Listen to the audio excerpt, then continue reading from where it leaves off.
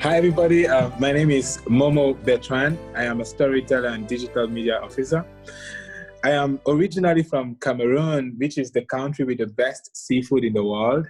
But now I live in northern Italy in a beautiful town called Torino. And I work as a digital media officer at the United Nations, specifically ITC-ILO, which is a training center of the ILO. Momo, thank you so much for your time. We are really excited about having you in our podcast today. Thank you so much. The pleasure is mine. And Momo, how are you holding up right now? The city is slowly reopening, and we are hopeful. We are hopeful that things are gonna get back to a better normal, not just a new normal. So I'm good. I'm trying. I'm trying to be good, but my family is all right, and I thank God for that. And you know that this podcast is all about career transition for professionals like you and us. So let's jump into our podcast theme. You are originally from Cameroon. You came to study in America, and then you are now working in Italy. So like Cameroon, America, Italy. That's a long road. So yeah, walk us through your journey. Yeah, I was born in Cameroon, and I did most of my education there. And when I graduated from university in management, I went to work in consulting for a while, and then I decided to start my own company, a marketing agency. And while I was working in marketing, I always had this sort of calling and this sort of reminder, like, hey, I want to have a great social impact. I don't just want to make money. I also want to impact lives. So I saw this program at the University of San Diego in California about a social innovation master. So I was like, oh, this is interesting. It's like social innovation. It's like innovation exciting, but it's also social. Like, that's me. And so I applied, and of course I didn't get in the first year.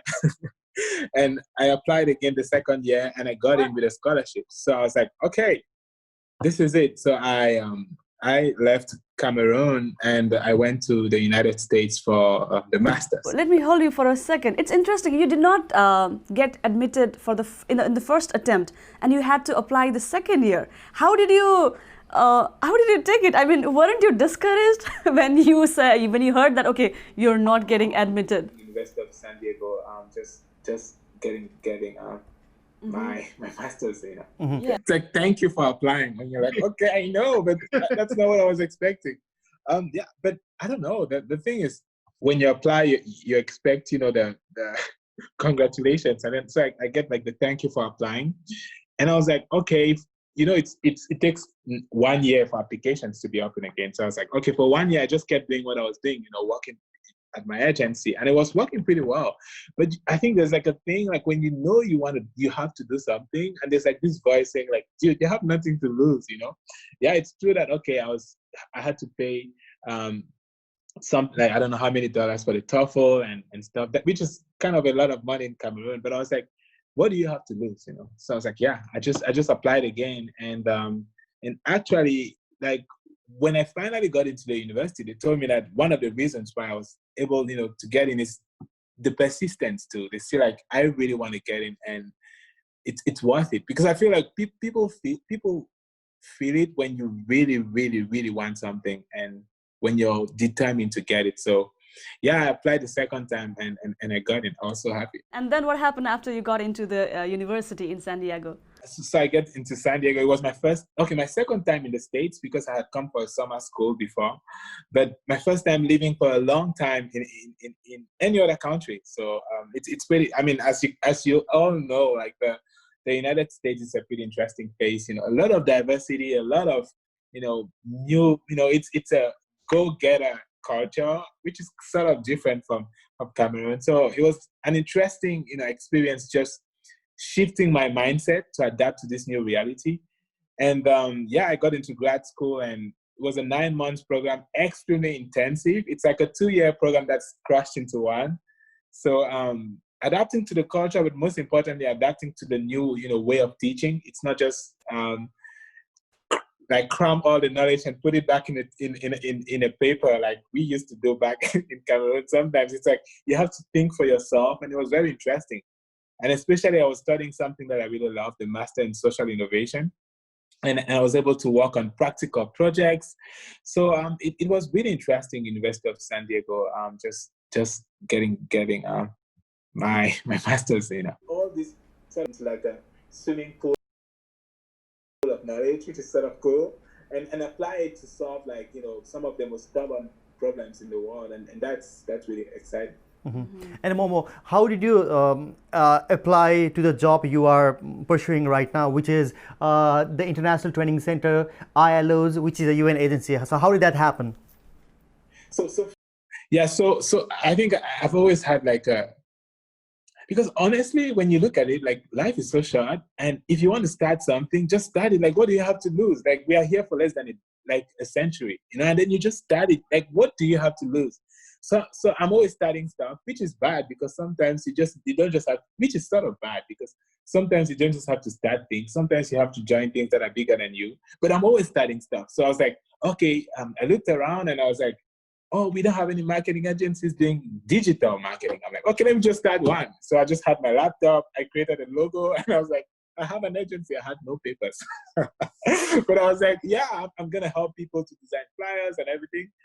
And then I started that, and then it worked pretty well because I was able to get contracts with Fortune 500 companies. And then I decided to, okay, I've learned enough in this. I want to go into the masters. When I got into the masters, I met an amazing person. Name is Casey, and she had this passion for working with refugees. And I was like, I have a passion for the digital world. Like what if we put this together? And so we co-founded One Digital World, which is a social enterprise meant to provide digital skills to underprivileged people, especially refugees.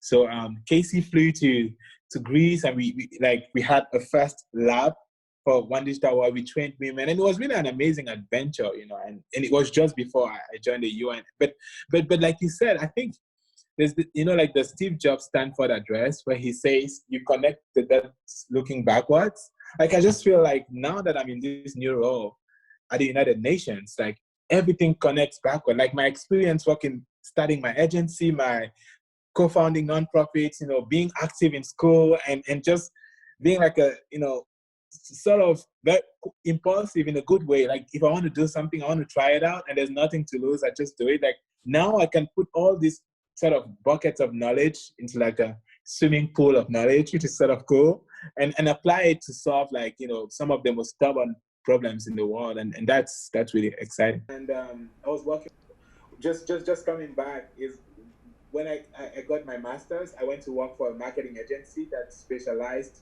in so first I think the fact of being really impulsive and stubborn helped me first of all to get in, because many people have the myth that you can't get into a UN agency, like you need to know somebody. I didn't even know the town of Turin where this agency is found. Like I didn't even know it, but I was like, okay, Momo, what do you have to lose by applying like to 500? Because I applied like over 500 times to top organizations. I wasn't looking like, like just like little things. I was applying to the UN, I was applying to Google and Facebook and Apple. Like when I look back, it's funny because I remember there was like a director role in Apple, and I was like, I'm just gonna apply, and what's the worst thing that can happen? And even this role, like people now tell me, hey, you need to have like a PhD or a lot of experience to get this kind of role. But I was like, I didn't care. I was like, what do I have to lose? So every day I would wake up and get into the applications, like, okay, Momo, you need to apply for 5 jobs today. Okay, that's it, like, what are you doing? Nothing. It's a Saturday, you have your glass of wine and you're applying for jobs and you put it out there. So I think the persistence definitely helped me to first get in.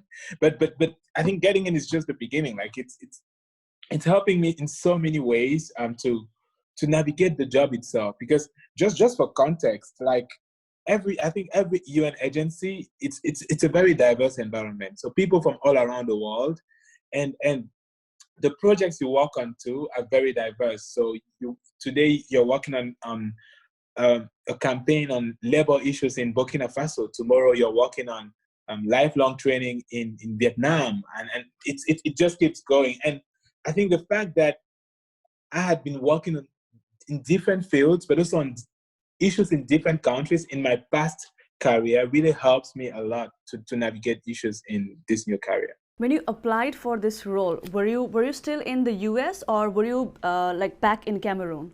Yeah, I've not been back in Cameroon since 2018. Hopefully, I'm gonna be back in a few months when things reopen.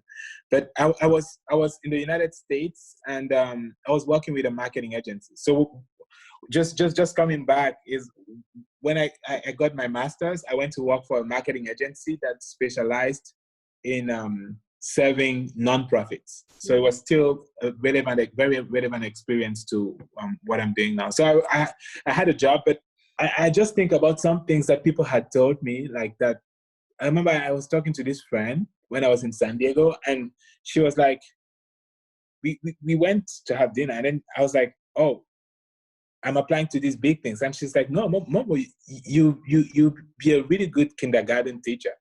I'm like, I have nothing against kindergarten teachers, but I think there's sort of the fact that as a Black man, you like, that's sort of how people like set standards for you. And I was like, I don't want anybody to set standards for me. Like, I work really hard and I learn a lot, and I want to do stuff. Like, why should I be limited to something that, some like kindergarten teacher? I have nothing wrong against kindergarten teacher.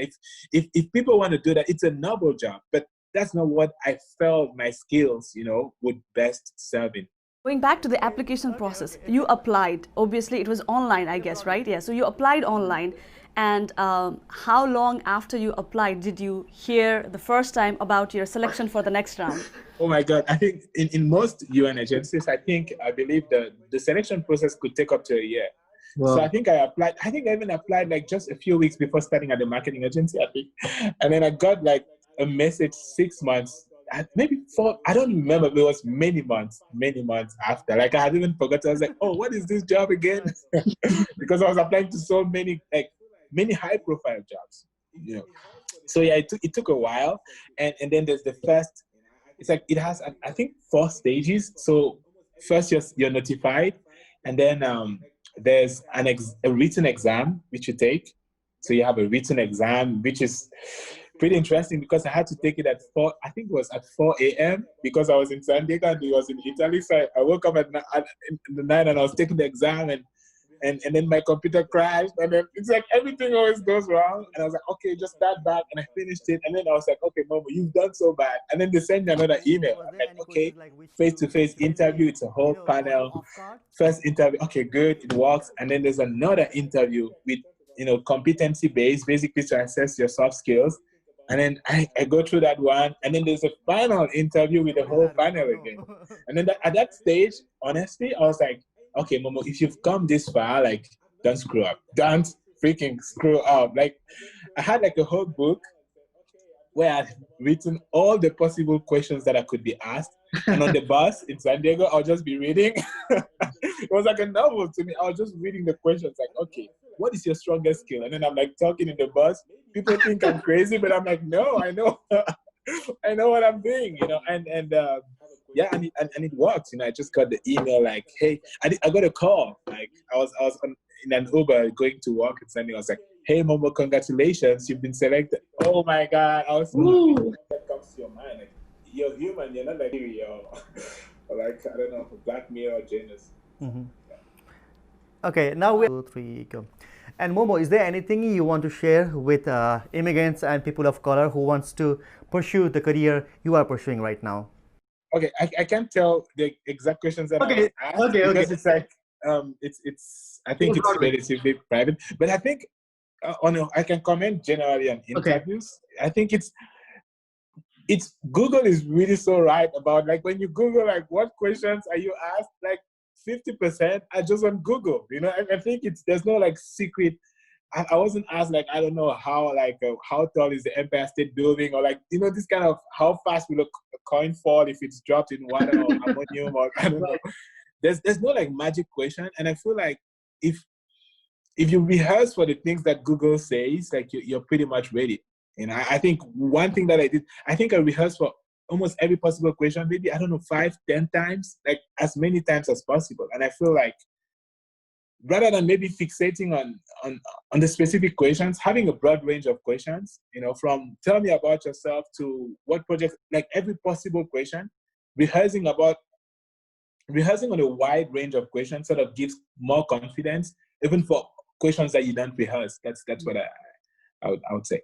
Fit in, like it's trying to squeeze in, but I think that definitely, of course, there's like, okay, maybe I can talk about this. So there's like, what do you think about agile project management? What is that? We don't know. Yeah, and I didn't like, I know what it means, but it's like I've not studied that specific thing, and then I just chose like the word agile and said, okay, I'm just going to talk about how agile I am and how flexible I am. And I had a story that backs my flexibility, and then I just put it out there. But the thing is also, I don't know. I feel like, I don't think there maybe a few people, but I think most interviewees have a question where they're not perfect. You can't have like someone who's going to answer everything. And I think that's the myth, like, it's okay if 80% you're awesome, and then 20% like you just say stuff that comes to your mind. Like, you're human, you're not like, I don't know, freaking Siri or like, I don't know, Black Mirror or Janus, something like that. Momo, it was talking to you, and keep inspiring with your inspiring thoughts. Thank you so much for your time once again. Thank you, and thank you so much. One thing that I've noticed about people of color is sometimes we want to apologize for our color. So like your accent, the way you talk, you try hard. It's still the faking it. You try to fake another accent which is not yours. You try to like, okay, to maybe change the color of your skin. Like when you get to that kind of level where you're trying to fake what God gave you, even if you don't believe in God, how the universe made you, that's you start losing yourself. I think there's beauty in every color. There's beauty in every accent. There's beauty in every type of culture. Like, if you like music from your part of the world, like it. Everybody should not like, the same music. I don't want to cite that music, but we all know that music that everybody expects us to like. But love your music, love your color, love your accent, and don't be apologetic for how like the universe made you, because you're beautiful, you're excellent. Like, you're okay. Don't. I think there's a difference between trying to, fit in and trying to contribute. I think so many of us are trying to, fit in, like it's a locked place and you're like trying to, squeeze in. But I think know that what your culture, your background is not like necessarily to fit in, but you're adding stuff to an organization. And when you come from that place like of value, I am not a deficit, but I am adding value. It shows up in the way you speak and the way you come across to people. Yeah, so don't be apologetic about your color, your accent, or your culture. Every accent, like it's like a rainbow, like it's different shades, and it's beautiful that way. So yeah, and I think like especially the recent movement and how people are standing up against racism. It's not a thing of blacks against whites or blacks and browns against white. It's really a thing of everybody against racist, everybody against bigotry, everybody against hatred. And if we see it that way, and it gets, we get closer to a more beautiful picture. Yeah. Thank you so much, Momo. It was so much fun and wonderful talking to you, and keep inspiring with your inspiring thoughts. Thank you so much for your time once again. Thank you so much. It's really a pleasure talking to you, and it's yeah, I'm really happy to. And I don't just want to make money. I also want to like impact lives. So I saw this. Yeah, and on that note, it's time to say bye-bye from today's episode of the podcast. At the end of the day, if you are new listener or viewer of the podcast, please subscribe and share about our podcast. You can find us on YouTube, and you can find us on all the podcast apps. And if you would like to take a quick look at the archive or at the old episodes of the podcast, it's like a 2-year program that's crashed into one. So yes, take care, stay safe, bye-bye.